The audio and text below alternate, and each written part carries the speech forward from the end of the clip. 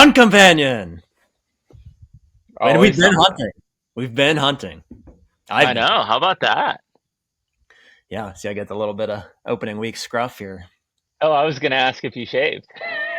No, I almost did, but then I was like, one more day I got in it before it starts itching me a little bit. So.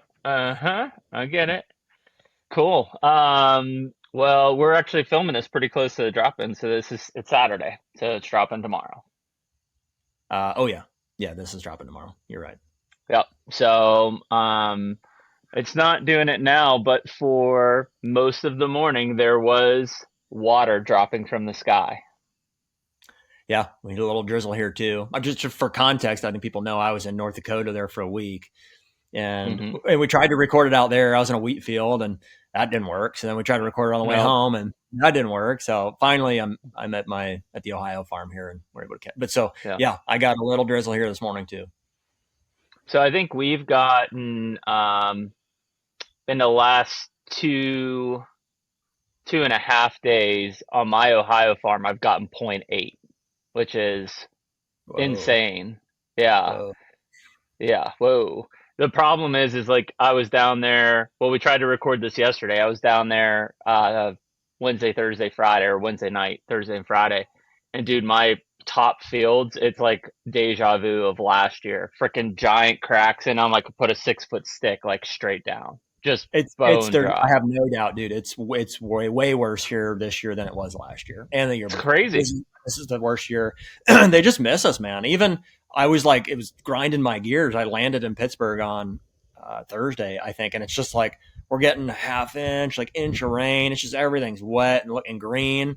And I'm looking at my forecast here, and now that I'm out here, I'm like, dude, it's just we got maybe a quarter inch, but it didn't do anything. Didn't do anything. I mean, but yeah, and I mean, even like I think we got, like I said, we got 0.8, but I've looked the next 13 days, there is no rain.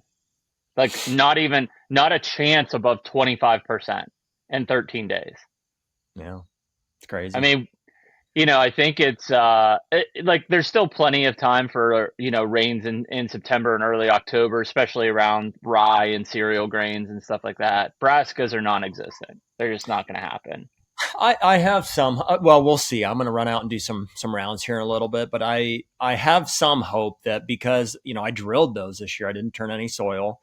I did get decent germination, and I think they just sat dormant for 5 weeks with no rain. I mean, I'm hopeful that this one here will at least keep them alive. And even if I don't really get any growth until the end of this month or starting into October, like I'm hopeful that I'll have a little bit of the Higgins style, the Bomar style, like maybe get a little bit of candy. Yeah. But really, I'm banking on the 250 pounds of rye that we just put out before this past sprinkle. So that'll carry us. Yeah. I put some annual clover out.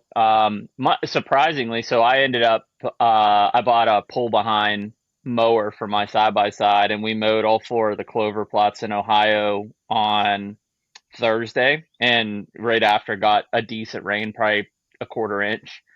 And yesterday when I was back up in those fields, like it's amazing how much clover is in those fields, like ready to take off. So I do think that will, not that was the plan necessarily, but, I've got 4 fields of perennial clover that I would assume probably by opening day, I'll have decent clover fields established up there. That's awesome. But that's the stuff like you can't plan for any of that. It's like, it is smart. I think you and I have really adapted to, number one, do plenty of effort for our summer crops, right? Like, because both of our beans my Ohio beans are toast, but my Kentucky beans look fantastic.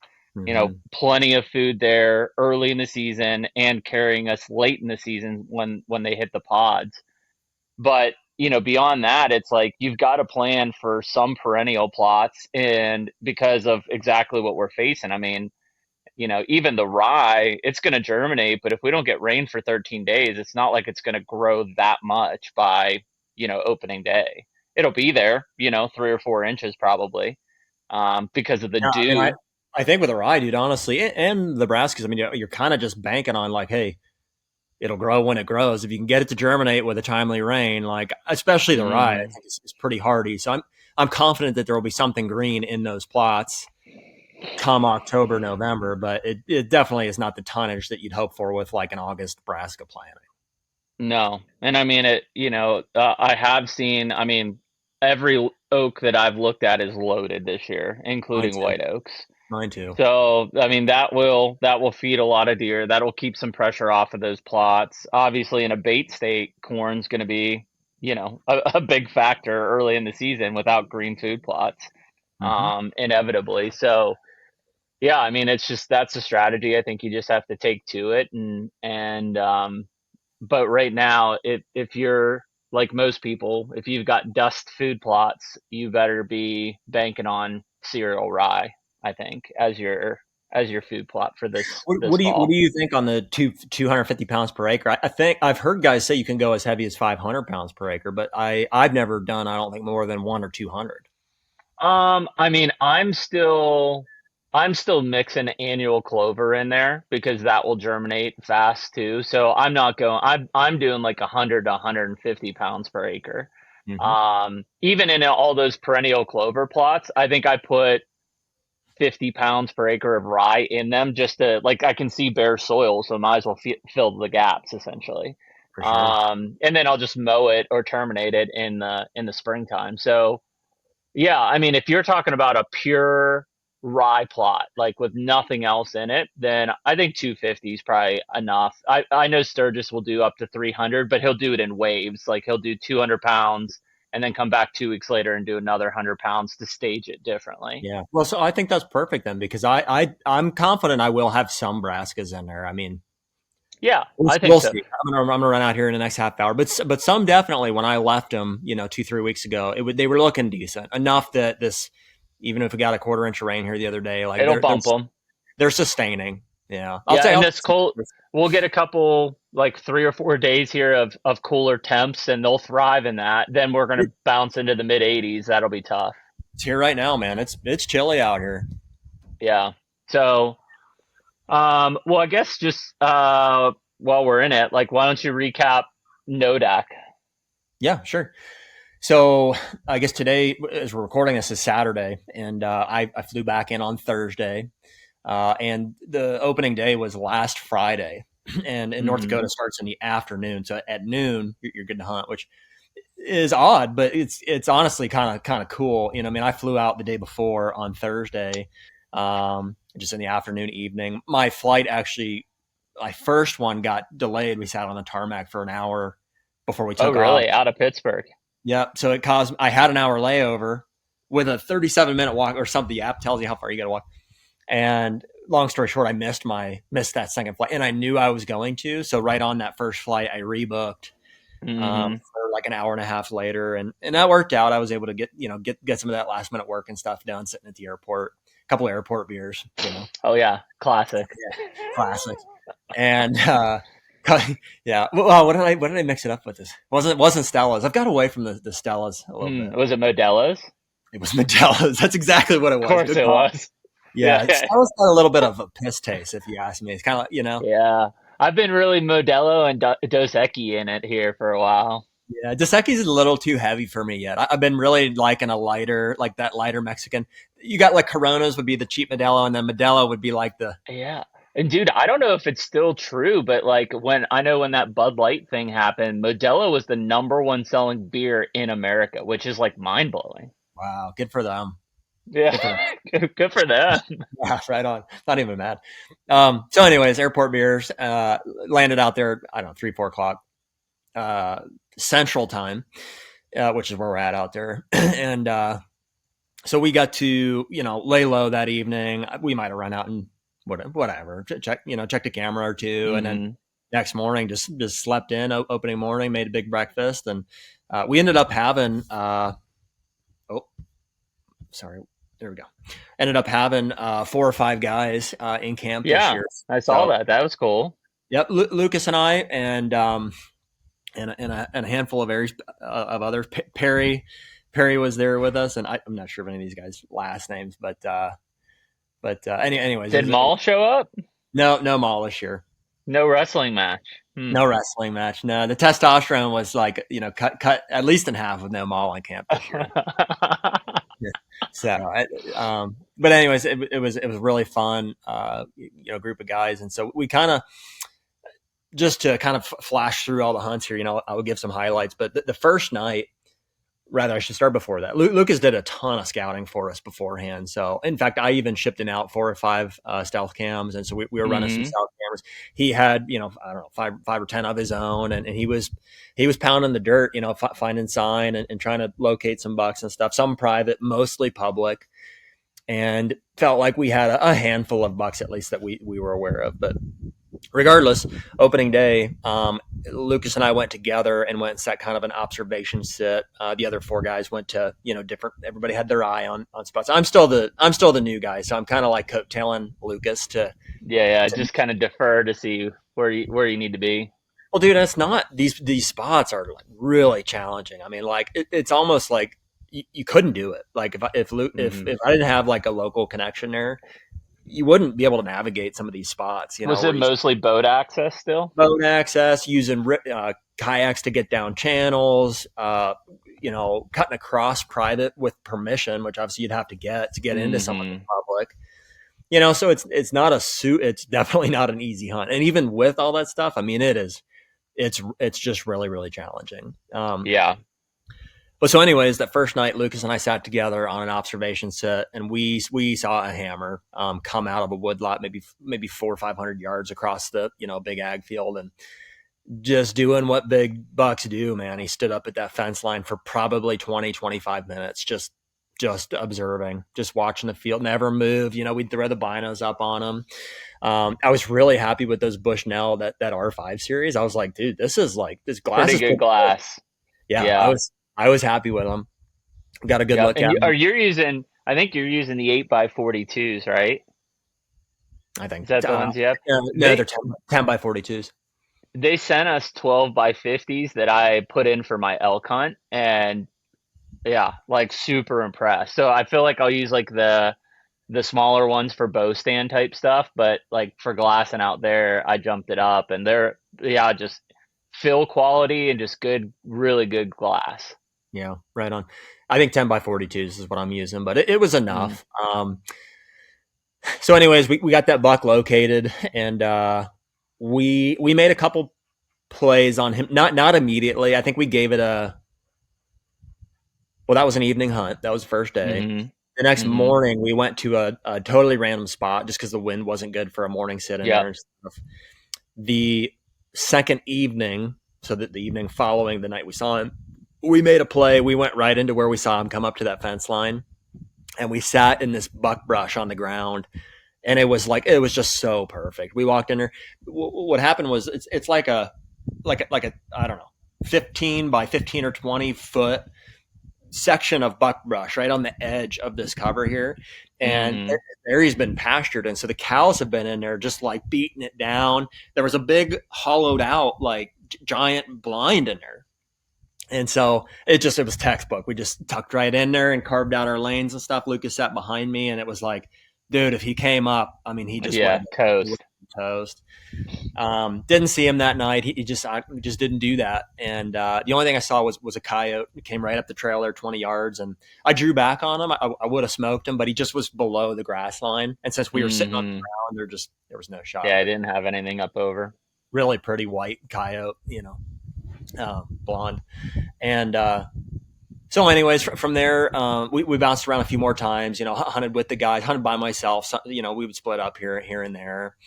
A lot of good hunts, pulled some more cameras throughout the trip, found some good fresh sign. I mean, compared to last year, I felt like we were on deer. You said that a couple times when we were texting that you felt like, I don't know if it was morning or evening, but you got in too close to them, like you bumped them, or like they kind of just knew you were in there. 100%. Well, you're just the strategy there, whether it's morning or evening, is you're trying to find a transition point that's pinching them down, either coming from bed or coming from food. Because they're moving a fairly long ways, right? Oh yeah, I would say so. To get to the ag fields from where they're bedding, it's several hundred yards, if not a half to 3/4 mile at least. Yeah, so they're covering big ground there.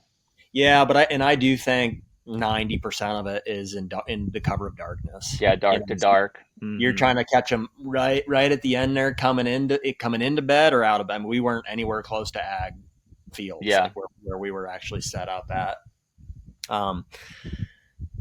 Even that one where we saw him come up to the edge there, it was like from the edge of that timber, it's like there was giant CRP, it's tucked behind like some sorghum type fields. So he's not at his destination feeding source in daylight. Yeah. Is this sound okay, Jeremy, with the wind? It's not too bad. No, it's fine. So bounced around a couple of times, found, like just chasing some, sign that we were on there several times. I mean, could have been close. Perry shot a nice, a younger deer, but in full velvet. Oh, cool. Maybe on the second or third day. Nice. So that was cool. And then he was stoked to get it, and he had to leave a little bit earlier than the rest of us. So he whacked that guy and took care of him.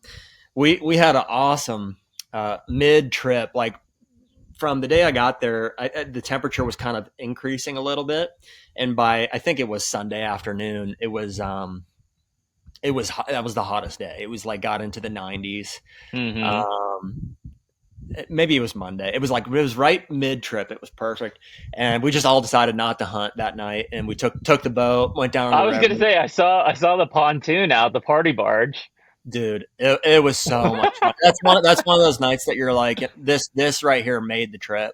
Yeah, for us to get to go out. We grabbed some of that Angel's Envy, that triple oak. Oh, dude, yeah, that's good stuff. And just some seltzers, and just enough to kick back there a little bit. And one of our buddies there, he was liking that triple oak. I mean, there's a couple times he was our prime entertainment for the night there, but we kept it in check. I mean, and it was like, we jumped in the river a few places and stuff, and it was fun. It was a good night.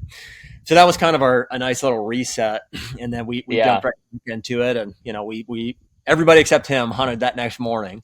And couple good opportunities. Those last 2 or 3 days, I was slipping into a spot in the morning where I was kayaking in a channel, and it just the way it goes. I was in the right spot, but that buck, I knew it was him too. He was in that. He could just hear me coming, and he was already he'd already crossed the road out of the ag. And dude, when I got up out of those cattails and like started working towards my stand, I just heard a freaking T-Rex just stomp at me twice. 2 days in a row. First day, Lucas and I were in the tree, and he was like 30 yards, right beneath us. One big one, and he was out. And I was like, man, I don't think he knew what we were. It was enough that I was like, I'm going to try it one more time. And I did that the next day, and I heard him. He wasn't under me, but he was in that block of timber already, and he just was beating us back. Yeah, and, I mean, nothing you can do about that. I mean, who knows how early he was back in there.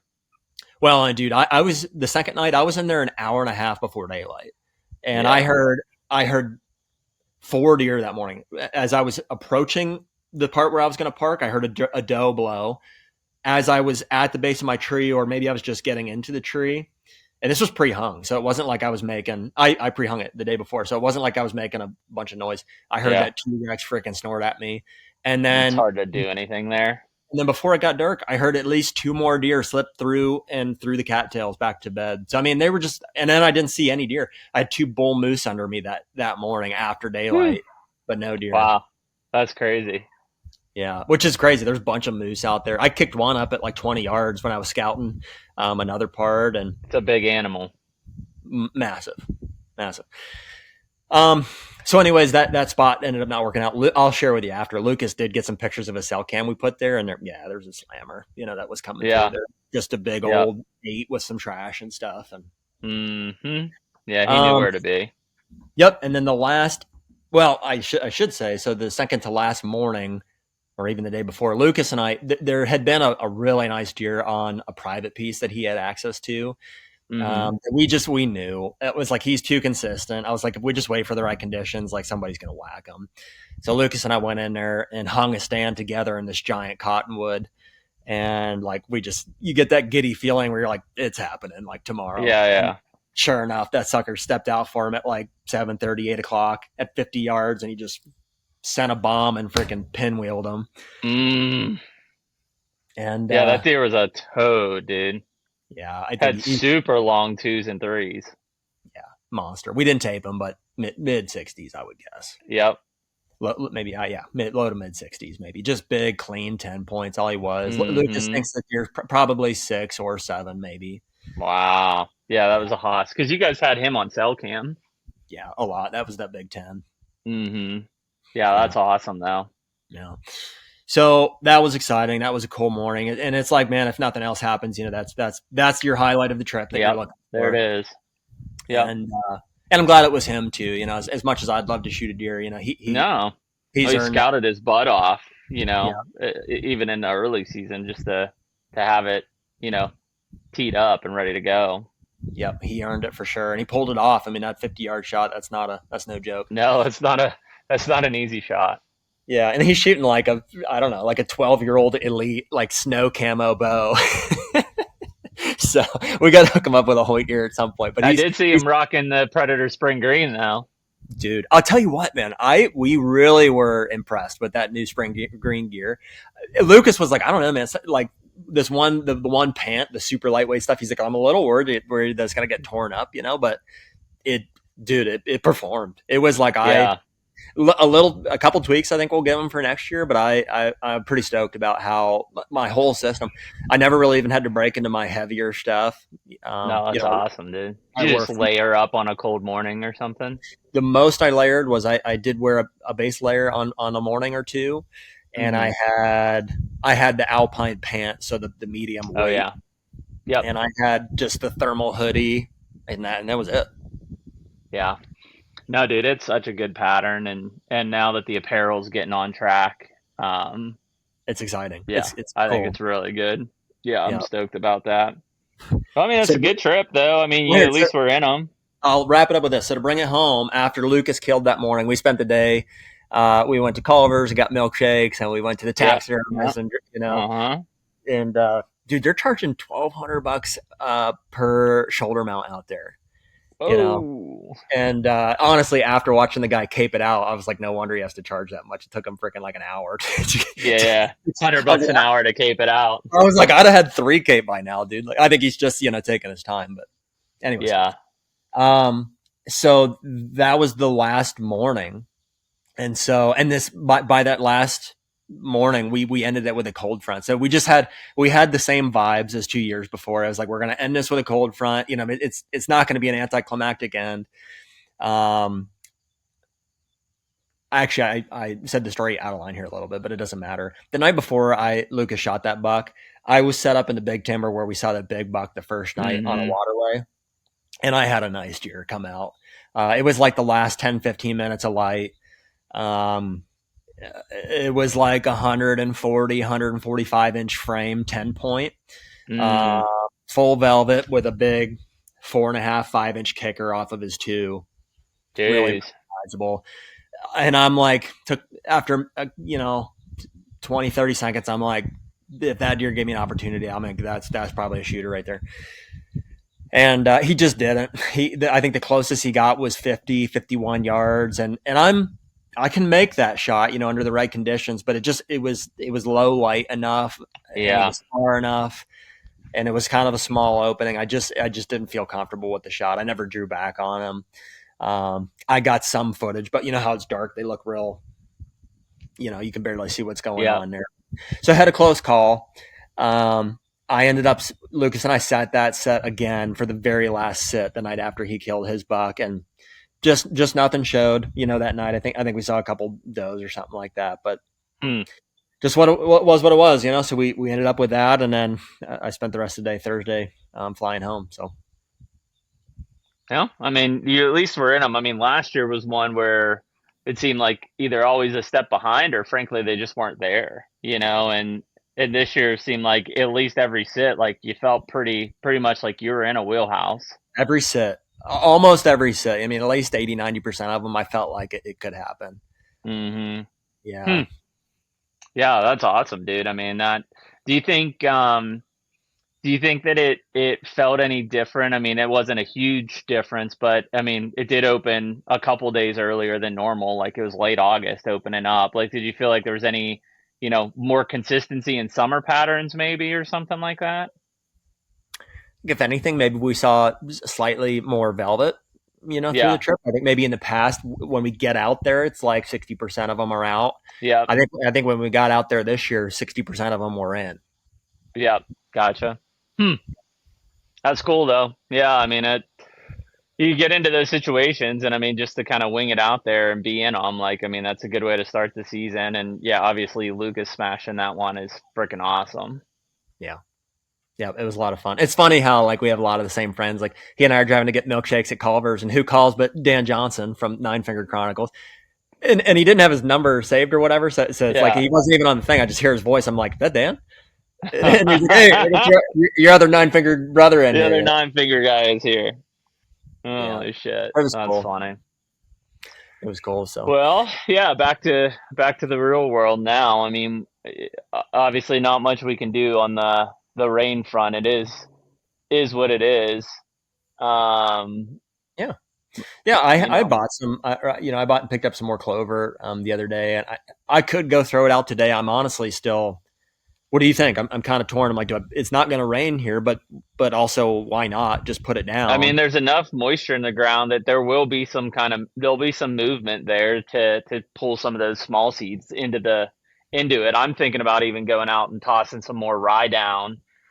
You know, there's a chance that it rains, but a chance that it doesn't. Just there's enough moisture on the ground that like, it's got good seed contact there because it's Well, maybe I so will. dead. Just since I'm here, I might put that clover down, and if I'm going to do that, I might as well spray. I mean, Yeah, you if don't not, think it's just gonna stay dormant, and then it's not you gonna don't do think it's going to anything. hurt? You just don't think it's going to hurt my existing clover to go and spray today, do you? No, I don't think so. I mean, honestly, it's probably in the best condition possible. The pores are finally open on those weeds and stuff to take it in. Yeah. So I'll go hit it with clethombuterac. I'll put that more clover down. I got a few cameras to rebattery and stuff like that, and just get eyes on stuff here, and you Yeah, know, I think it's a good time. I mean, whether you got to spray or mow, try to time it. Like if you're listening to this on Sunday, you got 2 days, I think, of like 40s in the morning and 70s in the day. Like you could mow or spray, and that clover is really going to enjoy those 2 days before we get to the heat of like back in the mid 80s and yeah, dry. So at some point, it's like you got to do it, dude. I couldn't believe there's with deer running like, across the valley right there. yeah, we've Yeah. got like whatever, zero point 0.2 inches of rain for like 45 days on that southern Ohio. I had weeds 5 to 6 feet tall. Like Yeah. the clover and stuff doesn't grow, but those weeds without rain somehow grow 5 to 6 feet tall. Like I don't Crazy. understand. Crazy. So, but yeah, so I think at some point you just got to pull the trigger and mow or spray and release that clover. And the cooler evenings will for sure help. And there's been really good dew every morning, which is a big source of water for them. It's not great, but it keeps them going. So, Last thing, I'm gonna revert to North Dakota here real quick because this was a funny memory. Anybody that ever gets to meet the legend, Lucas's dad, is just, I mean, you're in for a treat. that was him with the dog. He is as North Dakota as it gets. Yeah, that's him. Just old worn cowboy hat, He tank reminded top. me a bit of Tracker John there for a second. Yep, kind of like tracker. He's just, he's big effing bucks and this and that. It was really funny. We were all on this big text chain, and he does pretty good with that.